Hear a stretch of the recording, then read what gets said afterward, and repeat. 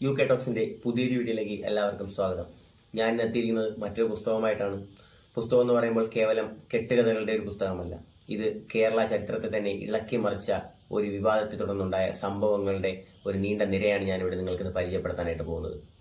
2010 Thodupuzha Newman കോളേജിലെ പ്രൊഫസറായിരുന്ന TJ Joseph എന്ന അധ്യാപകന്റെ ഒരു ചോദ്യവും ആ ചോദ്യത്തെ തുടങ്ങിയുണ്ടായ പ്രതികൂലങ്ങളുമാണ് ഞാൻ നിങ്ങളെ ഇന്ന് പരിചയപ്പെടുത്താൻ ആഗ്രഹിക്കുന്നത്. ഒരുപക്ഷെ നിങ്ങൾ അധികം പേരും ഈ പുസ്തകം വായിച്ചിട്ടുണ്ടായിരിക്കും.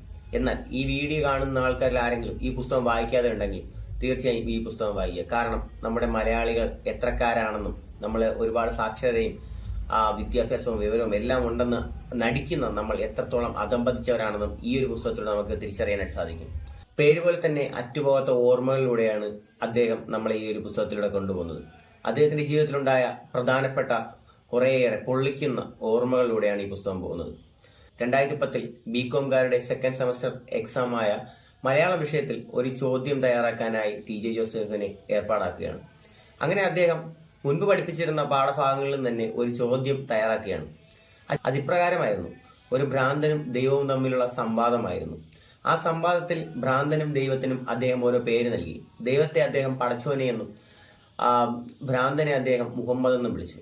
എന്നാൽ ഈ രണ്ട് പേരുകളായിരുന്നു തന്റെ ജീവിതം തന്നെ മാറ്റിമറിച്ചത്.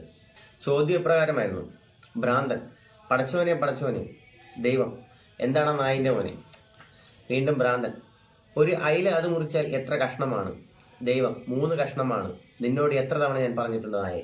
ഈ ഒരു 4 വരികളും നൽകിയിട്ട് ഇതിൽ ഉചിതമായ അടയാളങ്ങൾ രേഖപ്പെടുത്തുക എന്നതായിരുന്നു ചോദ്യം. എന്നാൽ ഈ ഒരു ക്വസ്റ്റ്യൻ തയ്യാറാക്കുമ്പോഴും അദ്ദേഹം മനസ്സിൽ കണ്ടിരുന്ന ഒരു കാര്യം എന്ന് വെച്ചാൽ, ഈ ഒരു ഒരു പരീക്ഷ കഴിഞ്ഞിട്ട് ഈ ഒരു ക്വസ്റ്റ്യൻ മൂല്യനിർണ്ണയം നടത്തി തിരിച്ച് കുട്ടികൾക്ക് കൊടുക്കുമ്പോൾ ആ ക്ലാസിന്റെ അന്തരീക്ഷം ഒരു ഹാസ്യപൂർണമാക്കാനും അതുപോലെ തന്നെ അവിടെ നല്ലൊരു ചർച്ചയ്ക്ക് വഴിതെളിക്കാനുമാണ് അദ്ദേഹം ഉദ്ദേശിച്ചത്.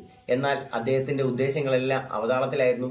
കാരണം ആ ഒരു എക്സാം കഴിഞ്ഞിറങ്ങുമ്പോൾ തന്നെ ആദ്യമായി ഒരു പെൺകുട്ടി വന്ന് അദ്ദേഹത്തോട് പറയുകയാണ് അദ്ദേഹം അവരുടെ മതത്തെ വ്രണപ്പെടുത്തിയെന്ന്.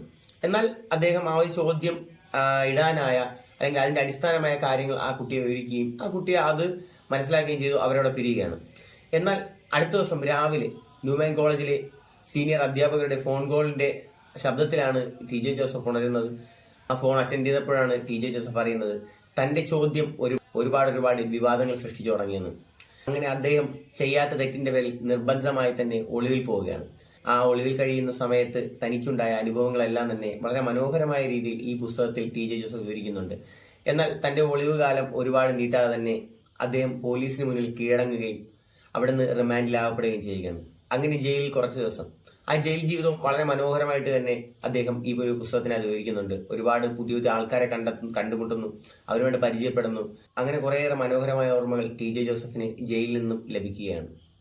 എന്നാൽ കുറച്ച് വൈകിയാണെങ്കിലും തന്റെ നിരപരാധിത്വം കോടതി മനസ്സിലാക്കുകയാണ്. അങ്ങനെ കുറ്റവിമുക്തനാക്കപ്പെട്ട് TJ ജോസഫ് തിരിച്ചു മടങ്ങുകയാണ്.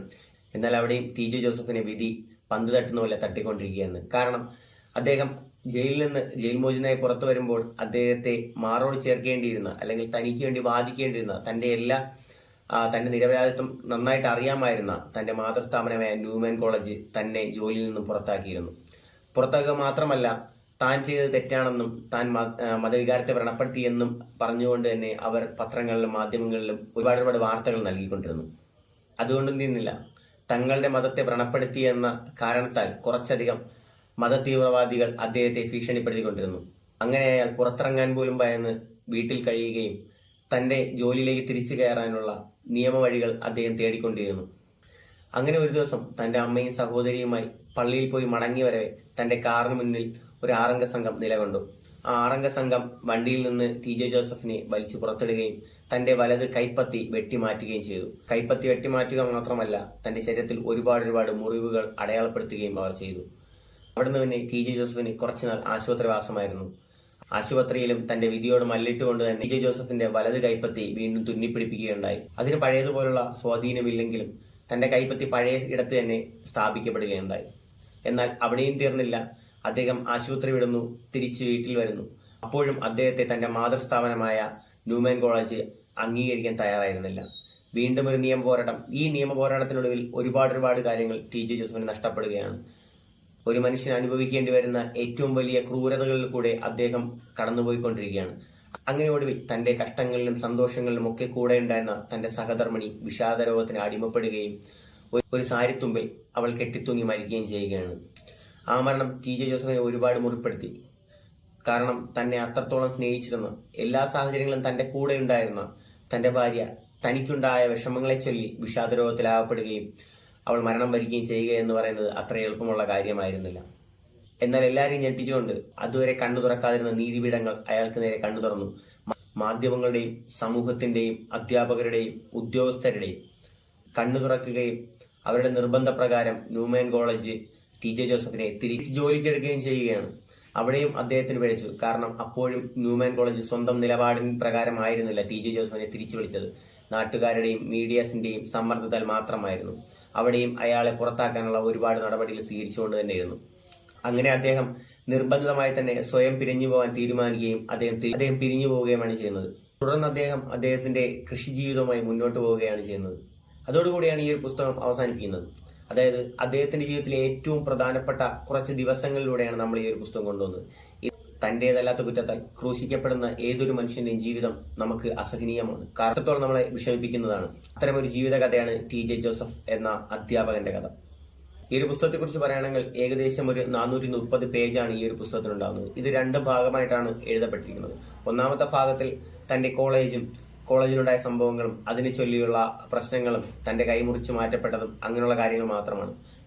എന്നാൽ രണ്ടാമത്തെ കാര്യത്തിൽ ആ സംഭവത്തിന് മുൻപുള്ളതും പിൻപുള്ളതുമായ കുറച്ച് കാര്യങ്ങളാണ് ഇതിനകത്ത് വിവരിക്കുന്നത്. എന്തുകൊണ്ടും വളരെ സങ്കടജനകമായ ഒരു വായനാനുഭവം തന്നെയാണ് ഈ ഒരു പുസ്തകം നമുക്ക് സമ്മാനിക്കുക. ഈ ഒരു പുസ്തകം വായിക്കാത്ത ഏതൊരു വായനക്കാരനും എന്ന് ഞാൻ പറയുന്നില്ല, ഏതൊരു മനുഷ്യനും ഈ ഒരു പുസ്തകം വായിച്ചിരിക്കുക. കാരണം ഈ സംഭവം നടന്നത് വേറെ എങ്ങുമല്ല, നമ്മുടെ ഈ കേരളത്തിൽ തന്നെയാണ്. അതും ഒരു അധ്യാപകന് നേർക്ക്. തീർച്ചയായും വായിച്ചിരിക്കേണ്ട ഒരു യാഥാർത്ഥ്യങ്ങളുടെ തുറന്നെടുത്ത് തന്നെയാണ് ടി.ജെ. ജോസഫ് എന്ന അധ്യാപകന്റെ അറ്റുപോകാത്ത ഓർമ്മകൾ എന്ന പുസ്തകം.